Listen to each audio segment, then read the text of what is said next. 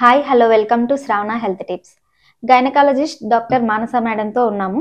నమస్తే మేడం. నమస్కారం అండి. నేను డాక్టర్ మానస నెల్లుట్ల.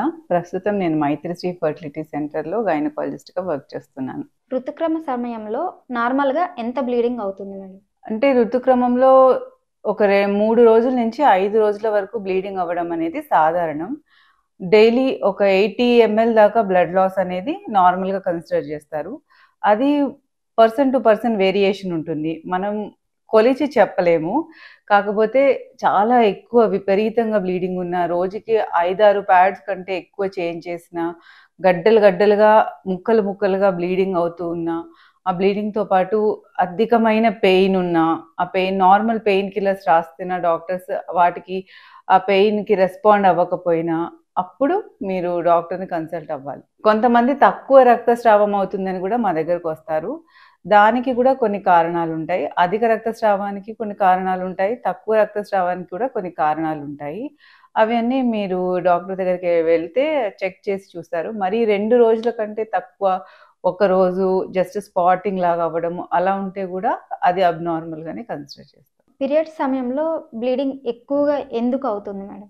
ఎందుకు అవుతుంది అంటే దానికి వేరియస్ కాజెస్ ఉంటాయమ్మా. ఒకటి నేను చెప్పినట్టు కొంతమందికి సాధారణంగానే ఎక్కువ అవ్వచ్చు. దానికి స్పెషల్గా ప్రాబ్లము గర్భసంచిలో ఏమి ఉండాలని లేదు. తర్వాత ఫస్ట్ ఒంట్లో ముందుగానే రక్తం తక్కువ ఉంటే, అనీమియా అనే కండిషన్ ఉన్నప్పుడు కూడా రక్తస్రావం ఎక్కువ అవుతుంది. లేదా గర్భసంచి పొర అనే హార్మోన్ ఇంబ్యాలెన్స్ వల్ల గర్భసంచి పొర అనేది మందం అయిపోతే, ఎండోమెట్రియల్ థిక్నెస్ ఎక్కువ అయిపోతే దానివల్ల బ్లీడింగ్ అవుతుంది. లేదు యూట్రస్లో ఫైబ్రాయిడ్స్, కంతులు లాంటివి చేరితే దానివల్ల కూడా అధిక రక్తస్రావం అవుతుంది. కొన్నిసార్లు అండాశయాల్లో కూడా కంతులు వస్తాయి, ఓవేరియన్ సిస్ట్లు అంటాము. వాటి వల్ల కూడా అధిక రక్తస్రావం అవ్వచ్చు. కొన్నిసార్లు ఎండోమెట్రియోసిస్ అండ్ ఆర్ ఎడినోమయోసిస్ అనే కండిషన్స్ ఉంటాయి. అంటే గర్భసంచి పొరలో ఎలాంటి కణాలు అయితే ఉండాలో ఆ కణాలు గర్భసంచి బయట కూడా ఉంటాయి, గర్భసంచి వాల్స్లో కూడా ఉండిపోతాయి. అలాంటి కండిషన్స్ ఉన్నప్పుడు కూడా అధిక రక్తస్రావం అయ్యే అవకాశం ఉంటుంది. పీరియడ్ సమయంలో తక్కువగా రక్తస్రావం అవడానికి గల కారణాలు ఏంటి మేడం? మనం అనుకున్నట్టు ఏ కారణం ఉండకపోవచ్చు. కొంతమందిలో సాధారణంగానే తక్కువ రక్తస్రావం అవ్వచ్చు. రెండో కండిషన్ ఏంటంటే పీసీఓడిలో ఉన్న వాళ్ళు కూడా కొన్నిసార్లు హార్మోన్ ఇంబ్యాలెన్స్ వల్ల స్కాంటీ బ్లీడింగ్ అవ్వచ్చు. మూడోది జెనైటల్ ట్యూబర్క్యులోసిస్ అంటారు. అంటే గర్భాశయానికి టీబీ వస్తే, ఆ గర్భాశయం పొరల్లోకి వెళ్ళి టీబీ కనుక ఎఫెక్ట్ చేస్తే అప్పుడు ఉండొచ్చు. ఆల్రెడీ ఏదైనా డిఎన్సీ కానీ అలాంటి ప్రొసీజర్స్ చేయించుకున్న వాళ్ళలో గర్భాశయం పొర అనేది సన్నబడిపోతుంది, అతుక్కుపోతుంది. దాన్ని అషర్మాన్ సిండ్రోమ్ అంటారు. అలాంటి కండిషన్స్లో తక్కువ రక్తస్రావం అవ్వచ్చు. లేకపోతే ఇవాళ కొత్తగా మనం చూస్తుందంటే ప్రీమెచ్యూర్ ఒవేరియన్ ఇన్సఫిషియన్సీ అంటున్నాం. అంటే అండాలు అనేవి తొందరగా అండాశయాల పనితీరు అనేది తొందరగా తగ్గిపోతుంది అనమాట. మెనోపాజ్ లైక్ కండిషన్ అనేది తక్కువ చిన్న వయసులోనే కొంతమందికి వచ్చేస్తుంది, 40 ఏళ్ల కంటే ముందే.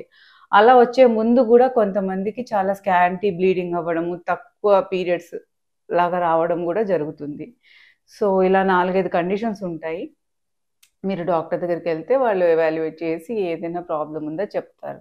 పీరియడ్స్ సమయంలో ప్యాడ్స్ అనేవి ఎన్ని మార్చాలి మేడం? ఎంత సమయంలో మార్చాలి?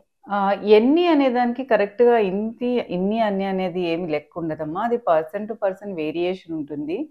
కాకపోతే ఒక రోజులో 6 నుంచి 8 కంటే ఎక్కువ ప్యాడ్స్ మారిస్తే మాత్రం కొంచెం అధిక రక్తస్రావం అవుతున్నట్టు మనం గమనించుకోవాలి. 6 అవర్స్ కంటే ఎక్కువ ఒకే ప్యాడ్ని ఉంచుకుంటే కూడా ఇన్ఫెక్షన్స్ అయ్యే ఛాన్సెస్ ఉంటాయి. కాబట్టి 6 to 8 అవర్స్లో ఒక ప్యాడ్ మారుస్తూ ఉండాలి. Thank you madam. చూసారు కదా, ఈ వీడియో కనుక మీకు నచ్చినట్లయితే please like, share and subscribe Shravana health tips. Shravana health tips వారిని కాంటాక్ట్ చేయాలి అంటే శ్రావణ హెల్త్ టిప్స్ @gmail.com కి మెయిల్ చేయండి. Thank you.